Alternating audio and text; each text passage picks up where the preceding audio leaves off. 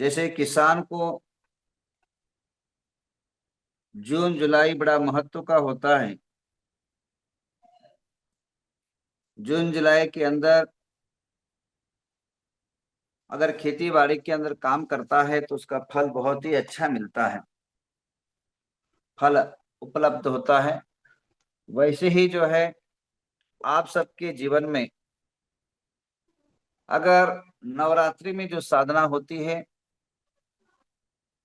व्यापार अभिवृद्धि, परिवार में समृद्धि, जीवन में प्रगति, आरोग्य में स्वस्थता, विद्यार्थी के जीवन में विद्या, साधनार्थी के जीवन में साधना की उपलब्धि होती है। कारण वो एक समय ही ऐसा होता है जो अदर समय में उपलब्ध नहीं होता है। और ठीक सामने आ रहा है नवरात्रि।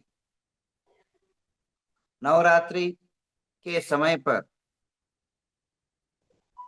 हम लोग यहाँ पिछले कई दिनों कई सालों से इसकी अनुष्ठान करते आ रहे हैं।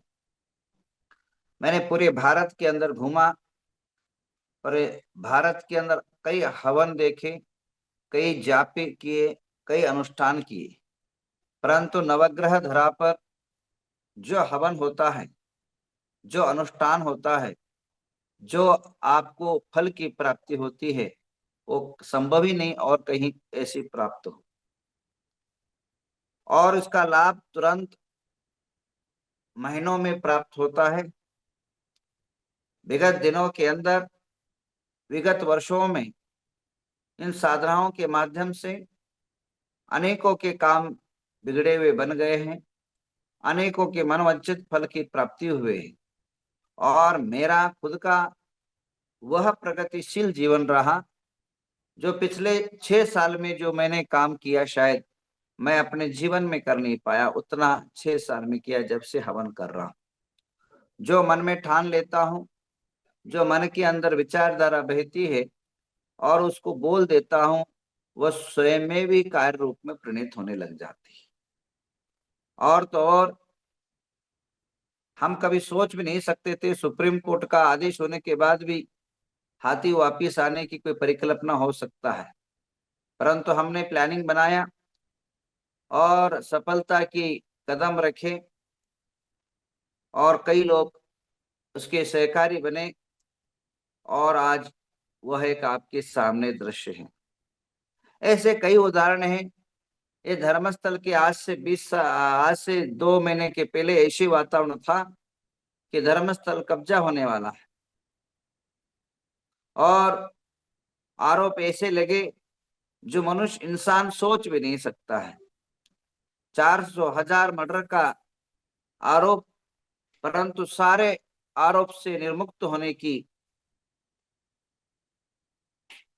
अंतिम पड़ाव पर है हम। तो कहने का तात्पर्य है ये सब साधना का ही प्रभाव है। तो अभी नवरात्रि आ रही है। नवरात्रि के अंदर 3 चीजें बड़ी महत्व की होती है। पहला जाप, दूसरा और तीसरा मैं क्रमेण बताऊंगा। पहला जाप को समझिए। कोई जब तक मंत्र सिद्ध नहीं होता है वो मंत्र काम नहीं करता है। मंत्र सिद्ध हो जाए, साधना सिद्ध हो जाए, फिर जो है कभी भी उसको याद कर लो, काम हो जाएगा। आपकी भाषा में समझाऊं, जैसे एक बार रोटी बना के रख दो तो कभी भी दिन भर में खाते रहो। बिस्किट जो है एक साथ फैक्ट्री में बन जाए, उसके बाद आप मर्यादित कभी भी खाते रहो। जो बनाने की प्रक्रिया है उसी का नाम सिद्ध साधना या सिद्धि कहलाता है। अब 4 कहो चाहे 5 खाओ, वो आपके ऊपर रहता है, पर बनाने का टाइम जो वक्त लगता है वह इसी प्रकार सिद्धि का वक्त लगता है, उसको समय लगता है। जैसे खाने के लिए कहीं भी खाए तो कोई दिक्कत नहीं, बनाने तो चूल्हा में ही बनाना पड़ेगा, बनाने तो किचन में ही बनाना पड़ेगा, बिस्किट फैक्ट्री में ही बनाना पड़ेगा। इसी प्रकार एक स्थान निगदित होता है। इसी प्रकार नवरात्रि का जो समय है वो सिद्धि का समय होता है, साधना का समय होता है, आराधना का समय होता है, जाप का समय होता है। उन समयों पर जाप अगर कर ले तो आप कभी भी यूज करें, कभी भी आप उसका प्रयोग करें, कभी भी उसका फल का लाभ ले, वो कोई दिक्कत नहीं है। अब मंत्र क्या होता है और मंत्र का प्रभाव क्या होता है? आदि ह अक्षर पर्यंतम विशिष्ट शब्दाणु अक्षर मंत्र, मतलब जो अ से लेकर के हकार पर्यंत जो विशिष्ट अकार आदि हकार पर्यंत मंत्र अक्षर मंत्र शब्द जो है विद्यानुशासन में कहा है, अकार से लेकर के हकार पर्यंत जो विशिष्ट शब्द है उसका नाम मंत्र कहलाता है। कुछ मंत्र जो है वायु तत्व कारक है, कुछ मंत्र जो है यहाँ लिखा है, एक सारे बताना कठिन है, थोड़ी बात आपको जानकारी दूं। कुछ अक्षरों में वायु तत्व भरा रहता है, कुछ अक्षरों में अग्नि तत्व भरा रहता है, कुछ अक्षरों में ज्ञान तत्व भरा रहता है, कुछ अक्षरों में अलग अलग जो है माया बीज छुपा रहता है। अभी समझिए ये र बीज अग्नि कारक है। अगर देह के अंदर ठंडी लगने लग जाए, देह के अंदर आपका शीत ज्यादा हो जाए तो रकार बीज उस शीतता को दूर करता है। जैसे उसका उच्चारण में भी डिफरेंस आ जाता है। देखिए माँ, माँ बोलते मुंह खुल जाता, पिता पीता ता बंद हो जाता, माँ बोलते खुलता है पिता पी पी करके बंद हो जाता, प अक्षर बंद करता है, माँ अक्षर खोलता है। तो इस प्रकार अक्षरों का भी शब्दों का प्रभाव बहुत रहता है। जैसे ए बीज वाग्भ बीज है, ये सरस्वती बीज है। छी बीज है, एक शक्ति कारक बीज है। और स और ह बीज है, ये विषनाशक बीज है। और इसी प्रकार झोम बीज है, यह जो है आपके कंट्रोल कारक बीज है। क्लीम बीज है, ये लक्ष्मी कारक बीज है। तो कहने का तात्पर्य श्रीम बीज है, कीर्ति और कल्याण कारक बीज है। और रीम बीज है, यह शांति मांगल्य कल्याण विघ्नाशक बीज है। तो इन बीजों अक्षरों में भी अलग अलग शक्ति निहित होता है। ध्यान रखिए, बीजाक्षर से शब्द से ही जीवन बनता है और शब्द से जीवन के खत्म हो सकता है। शब्द में ब्रह्म छुपा रहता है, यानी परम शक्ति छुपा रहता है। शब्द के अंदर एक परिवार को उजाड़ने का और एक परिवार को बसाने की ताकत छुपा रहता है। शब्द के अंदर आप मेरे को सुन रहे हैं, आपके मन में आपकी भावनाओं में परिवर्तन आने लग जाता है। शब्द के अंदर वो तत्व है, वो शक्ति है, वो एनर्जी है, वो पावर है कि मनुष्य के जीवन की शैली को बदल देता है। अब जितने भी सन्यासी हुए वो के मन के अंदर ठान के सन्यासी नहीं हुए, किसी न किसी के सदुपदेश से, किसी किसी के गुरु के उपदेश से, किसी न किसी गुरु के मार्गदर्शन से सन्यासत्व को जो है स्वीकारा है। तो शब्दों का जो है परिणाम मनुष्य के जीवन में होता है और विशिष्ट शब्दों का परिणाम और महा भयानक और महा कल्याणकारक भी होता है। अगर हम मंत्रों को नहीं माने तो इस बात को बड़ा दिक्कत हो जाएगी। एसो पंच नमोकार सौ पावपनाशनो, ए नमोकार मंत्र पाप। तो नमोकार मंत्र में एक बीजाक्षर है, एक अक्षर है। जब नमोकार मंत्रों का अगर परिणाम गिरता है, नमोकार मंत्रों का इफेक्ट होता है, तो अन्य मंत्रों का भी इफेक्ट होता है। ये आप अपने मन में यह इस बात को धारणा बना लीजिए। क्योंकि शब्द जब गाली से मनो के खिन्नता होती है तो प्रशंसा के माध्यम से मन के अंदर प्रसन्नता भी पैदा होता है। अगर आपको कोई धिक्कारने लगे तो मन में खिन्नता निर्माण होती है, आपको पुचकारने लगे तो मन के अंदर आनंद का वैभव का, आपको सुख और आप अनेकों प्रकार की आत्मा के अंदर शांति की अनुभूति होती है। तो कहने का तात्पर्य मेरा ये है कि शब्दों का इफेक्ट निश्चित रूपेण होता है। तो हम विशिष्ट मंत्रों को इन नवरात्रि के अंदर 9 मंत्र प्रदान करेंगे आपको। तो 9 मंत्र प्रदान करेंगे। तो सबसे पहले आपका और हमारा कर्तव्य क्या रहेगा, हम 3-4 दिन के बाद मंत्र साधना शुरू करेंगे मुहूर्त देख करके।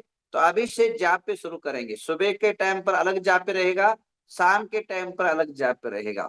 ये ध्यान रखिए, समय का भी इफेक्ट बहुत रहता है।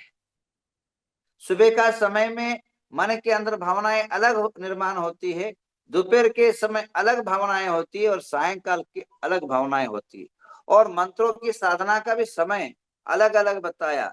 अगर आपको शांति की प्राप्ति करना है, अगर आपको घर के अंदर तनाव और अनेक प्रकार के जो उपद्रवों को निवारण करने का अगर साधना करना है, तो आपको जो है सबसे पहले जो है यह करना पड़ेगा, क्या बोलते हैं, सुबह का समय बहुत अच्छा रहता है।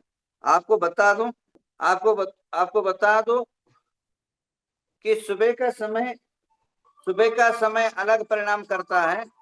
सुबह का परिणाम अलग ये होता है, सुबह का परिणाम अलग, शाम का परिणाम अलग।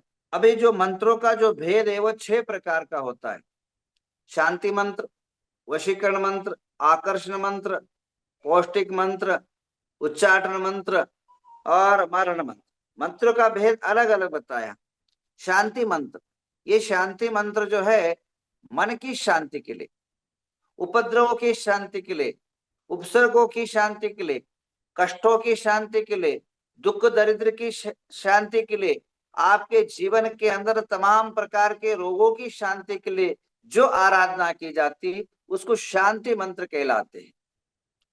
अभी जैसे समझिए, भगवान शांतिनाथ भगवान का विधान करते हो वह, और उसमें बीजाक्षर आता है, उसका एक मंत्र आता है। जितने भी पूजाएं होती है, जितने भी आराधनाएं होती है, जितना भी जो है अनुष्ठान होता है, ध्यान रखिए एक बार मंत्र का जाप भी बताया जाता है।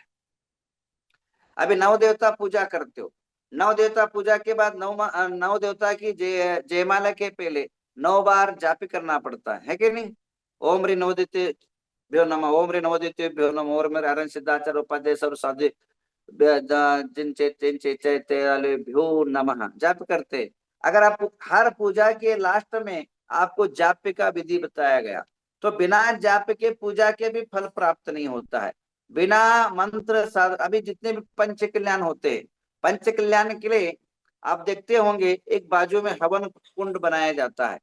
वो 3 प्रकार के हवन कुंड बनाया जाता है। एक जो है गणधर कुंड, एक केवली कुंड, एक सामान्य कुंड, 3 कुंड के निर्माण होता है।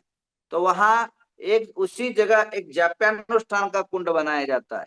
यानी एक मंदिर के अंदर, एक मूर्ति के अंदर, एक अपना मंदिरों में आपकी वास्तु शुद्धि के लिए, आपकी मंदिर की शुद्धि के लिए, आपकी गांव की अभिवृद्धि के लिए जाप्यानुष्ठान होता है, हवन होता है, यज्ञ होता है। तो कहने का तात्पर्य, अगर आपका एक वास्तु भी करना है, वास्तु भी अगर आपको शुद्ध करना है, तब भी जो है वास्तु विधान होकर के जाप्य होता है और हवन होता है। यह एक छोटे पैमाने पर होगा, पर मैं जो कराता हूं ये बड़े पैमाने पर रहता है, बहुत विशाल पैमाने पर रहता है, विराट पैमाने पर रहता है। इसका जो है, इसका नतीजा, इसका रिजल्ट बड़े पैमाने पर प्राप्त होते हैं। अब इसको आप लोग जो है सबसे पहले मंत्र जाप्य आप ऑनलाइन कर सकते हैं, आपको यहाँ आने की जरूरत नहीं है। भवन और नवरात्रि में आ लेना, जिसको लिमिटेड लोगों को हम बताएंगे, जिन्हें आना है वो पहले ही बुक करना पड़ेगा, खाने पीने रहने की व्यवस्था करनी पड़ती है पहले से, और बाकी जाप तो आप वहीं बैठे बैठे कर सकते हैं। मैं आपको जाप का तारीख कल या परसों बताऊंगा। अभी जो है आप समझ लीजिए, उसका महिमा समझ लीजिए। तो जाप के बिना ना कोई पूजा है, जाप के बिना ना कोई मंदिर की प्रतिष्ठा है, जाप के बिना न कोई जो है साधना होती है। और आपको और बात बताऊं, एक मंदिर जो होता है, एक जो है मूर्ति जो होती है, एक मूर्ति के अंदर एक मूर्ति की प्राण प्रतिष्ठा का भी अगर उसके अंदर तो सूर्य मंत्र जो है कान में दिया जाता है, चाहे वह तीर्थंकर का मंत्र हो, चाहे और कोई मंत्र हो, चाहे बीजाक्षर हो। तो एक सूर्य मंत्र जब तक फूका नहीं जाता एक मूर्ति के अंदर, वो उसके मूर्ति के अंदर जान नहीं पैदा हो सकता है, वह जीवंतपना नहीं आ सकता है, मूर्ति के अंदर देवत्व का जो है शक्ति निहित नहीं हो सकता है। तो कहने का तात्पर्य यह है, एक मंत्र के प्रभाव से ही एक तीर्थंकर की पत्थर की मूर्ति, एक तीर्थंकर की प्रतिमा बनती है। इसके अलावा अंकन्यास होते हैं, अंकन्यास होते हैं। अंकन्यास के अंदर नयनों मिलन होता है, नयनों मिलन होता है। एक भगवान की आंख तभी खुलती है प्रतिमा की, एक जिन प्रतिमाओं की आंख तभी जो है कल्याणकारी होती है, नयनों में मंत्र बोल करके उसके नयन का खोला जाता है। ऐसे ही पत्थर का मूर्ति आंखें बना जाता है, पर बनने के बाद वो आंखें आंखें नहीं होती है कल्याणकारी, जब तक उसका नयनोन्मिलन मंत्र के माध्यम से नयन का ओपन नहीं होता, तो नयनोन्मिलन नहीं होता है। अब इसके बाद भगवान की प्रतिमा, भगवान की प्रतिमा का अभिषेक करते हो। अब जब कभी आप अभिषेक करते हो, आपने देखा होगा प्रतिमा का अभिषेक करने के बाद आप अपने थाली में आप बैठाते हो, भगवान को उठा के लाते हो ना, भगवान के उठा के ला करके श्रीकार लिखते हो। पहले क्या लिखते हो? श्री लिखते हो। श्री लिख करके उस पर प्रतिमा स्थापना करते हो। यानी एक नित्य प्रतिक्रिया कर्म करने के पहले भी श्रीकार लिख करके उसमें प्रतिमा स्थापित करके ही जो है आपका कार्य आरंभ होता है। तो कहने का तात्पर्य मेरा यह है कि बिना मंत्र के न पूजा है, बिना मंत्र के न जाप मंत्र के विधान है, न बिना मंत्र के आपका कोई कार्य सिद्ध हो सकता है। एक भगवान बनने के लिए भी, एक मंदिर बनने के लिए भी, उसके लिए जो है आपकी आवश्यकता है मंत्र जाप्य की, मंत्र की साधना की, मंत्र की अनुष्ठान की, मंत्र की प्रयोग की। तो हम ये नवरात्रि के टाइम तो हम हवन करेंगे, परंतु जाप्य अभिषेक करेंगे। जाप्य जितना ज्यादा हो सके उतना बहुत अच्छा रहेगा। आइए, आप इतने आज जो है रात भर 2 बजे तक चंद्र ग्रहण रहा। अब आप लोग कौन से लोग हैं कि मेरे साथ नवरात्रि का 2 दिन के बाद 3 दिन के बाद जाप करने की संकल्पना करते? एक माला से लेकर के 1000 माला जाप करिए, आपको जो ताकत है, कम से कम एक माला का तो आप लोगों को मैं जो अलग अलग मंत्र बताऊंगा, एक एक मंत्र का एक दिन इतना मंत्र जाप करना, कोई 12 जाप करे, 11 माला करे, 15 माला करे, 25 माला करे, 30, अगर सबसे ज्यादा जितनी कर सके वो जरूर करिए। आपको अलग अलग मंत्र है, शांति का मंत्र अलग टाइम पर जाप करना पड़ेगा, लक्ष्मी का जाप अलग करना पड़ेगा, सायंकाल का जाप अलग करना पड़ेगा, अलग अलग मंत्र अलग अलग जाप होंगे। कौन कौन भाग लेना चाहेंगे इसमें से? हैंडराइज करिए, हैंडराइज दिखाइए सबको। हाँ, बहुत सुंदर, सभी ने जाप की संकल्पना कर रहे हैं, बहुत अच्छा। और आप एक ही माला करिए, आधा माला जितना हो सके जाप करिए। ऐसा नहीं कहता हूं कि आप दिन भर उसमें लगे रहो, थोड़ा सा आधा घंटा टाइम दीजिए आपके परिवार के लिए, आपकी समृद्धि के लिए, आपकी अच्छे होने के लिए। आपको जितना हो सके उतना जरूर टाइम दीजिए, और अपने घर में बैठे ही करें, कहीं मंदिर के कहीं की जरूरत नहीं है। जहां मन एकाग्र हो जाए वही आपका मंदिर है। जहां मन स्थिर हो जाए, जहां शांति मिले वहां कर लीजिए। अगर आपका मन घर में लगता तो घर में करिए, मंदिर में लगता हो मंदिर में करिए। वो जाप पे मैं 2 दिन के बाद दूंगा, अलग अलग जाप पे होंगे। आइए, समय हो चुका है, मैं और कल मंत्र के बारे में बताऊंगा, कल विशेष और कुछ चीजें बताऊंगा आपको, ये जानकारी दूंगा। अभी शांति धारा आप सबके नाम पर कर लेते हैं।